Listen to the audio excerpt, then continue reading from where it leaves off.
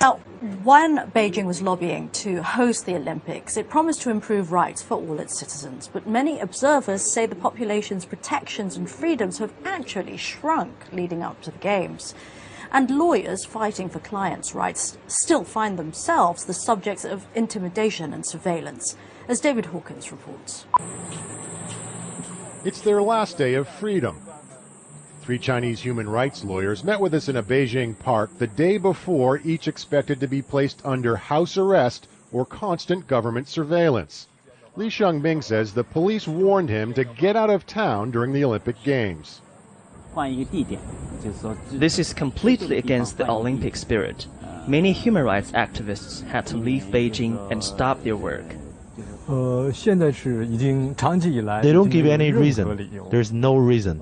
It doesn't matter whether you accept it or not. They say despite China's promises to respect human rights and freedom of speech, the situation has become worse as the Games draw near.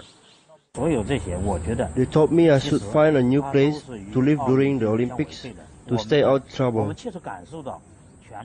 Zhang represents AIDS activist Hu Jia, who was convicted last year for, quote, inciting subversion of state power.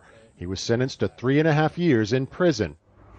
Li Fangping defended Chen Guangqing, a blind lawyer imprisoned for 4 years after exposing a forced abortion scandal that embarrassed the government. When we went to see Li the next day, he told us the secret police had paid him a visit the first thing that morning.